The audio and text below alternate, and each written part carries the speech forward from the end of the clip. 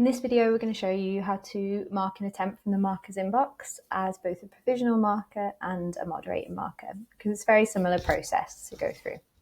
First of all, I'm just going to be in as an admin now, and we're going to be looking at this exam specifically. You can see we've got a couple of attempts that are pending, and as an admin, I can check those statuses. I can see who's been assigned it, remembering that they won't get assigned to the moderating marker until this provisional step is completed. Let's have a look at the marking config before we get started. I've got my double marking enabled with 2 minimum markers, provisional markers. This means that it won't get assigned to the moderating marker until at least 2 people have inputted their marks. I've got candidate concealment enabled for both marker types, which means they won't be able to see names or identifying information about the candidate. And as well as this, I've got marker concealment on, which is going to hide the names of the markers from other markers. This is so that they can mark things sort of blind and unbiased. What I do have on is provisional marker isolation. This is an optional configuration, but it's a very common one. I want my provisional markers to mark truly blind, and I want them to double mark it. So this means not only can they not see the candidate, but they can't see the inputs of markers before them, so they aren't being biased by those inputs. That isn't the case for my moderating marker, because it's their job to look at the marks and decide on the final one. All right, so let's go back up to my attempt management table. If I want to, I can self-assign these to myself. I just need to make sure I'm in one of those marker lists. But any of these attempts are ready to go. I'm logged in as Taylor on this other tab, so a different marker from here. And this is the marker's inbox. So this is what's going to load first. It's going to default to candidate marking. Each row is an attempt here, and that attempt is completed by one person. The other option is to flick into question-based marking. If I use this tab, and instead here, each row is a question. Those questions could be from multiple different users. It's just an option. If that's a preferred thing, you can say, well, I can mark all of my question, this one, this question, I've got 3 responses on it. And if I want to, I can go in and mark them from there. I'll come back down to that in a minute. We've got some filtering options on there as well. Lovely. So I'm going to go back to the candidate marking. It's just usually the more common way it's done.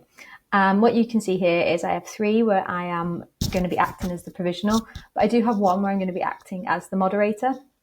It's just a note that you can share different roles in the same thing.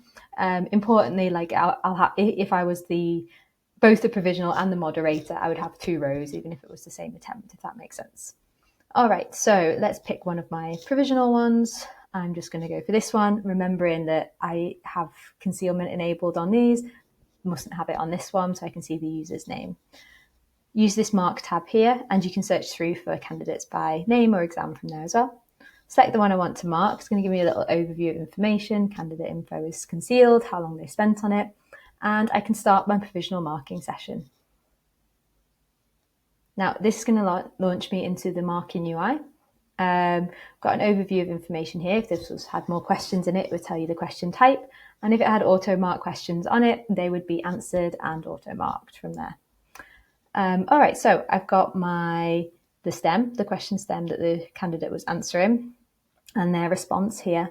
Some helpful things you'll find on this page. You can sort of close tabs, expand columns like this, whatever you find easiest with your marking workflow. A little bit of an overview on here. And as I said, it's all anonymized as well. So in this attempt's case, it actually has a rubric attached to it. So I must award my credits according to these areas. I can do 5 credits. I can do 4 credits. I cannot do minus credits. I can do fractional credits if I want to. And I cannot go above the maximum credit amount. So I can do all this on here.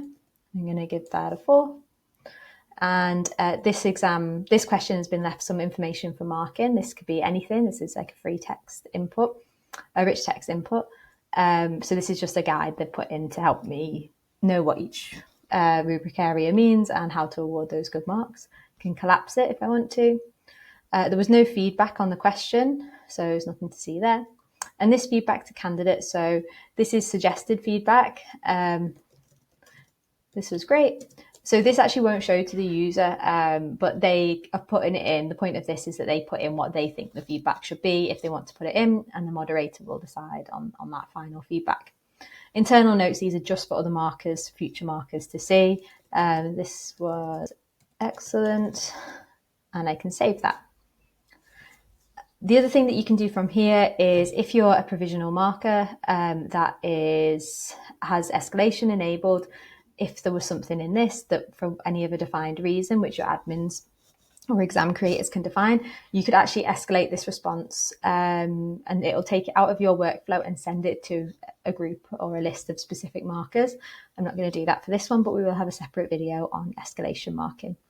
But this is a configured thing, so it might not be enabled on one you're doing. So I'm on the second question now. It's the same. It's a rubric, 5, 5. Great. Basically, perfect. Cool. All right. So if I'm not happy with anything, I can undo the changes with that button. I can save it. So you can save it at any point and I can leave and come back to it. So if I just come out of that page now, you can see it's in progress. This won't progress it onto the next step. Once you're fully happy and you've inputted everything you want to input and you're ready for it to progress, you would submit the marks. Once you've done this, it's out of your working flow, you've completed it, and it's going to move on to the next step, or if it has another provisional on, and they're going to mark it as well. If you flick over into completed, you'll see all the ones that you've sort of ever marked. It's like sort of a paginated table, so you'll be able to go through. You'll see the ones that are completed. You can see there's one escalated there that was taken off me. We can view the marks again at any time, and I can see how I awarded in previous attempts. So you can see that, remembering that they're still in isolation. So even if there were other ones that have inputted, they don't have like the permission to see it. And then for question-based marking, you can come over here. It's a similar sort of setup. So we can see that if I just go into the open ones, and let's have a look at this free text one where there's 2. So I'm going to start marking those 2. And we can see we've got those from there. And we can do the same and mark them.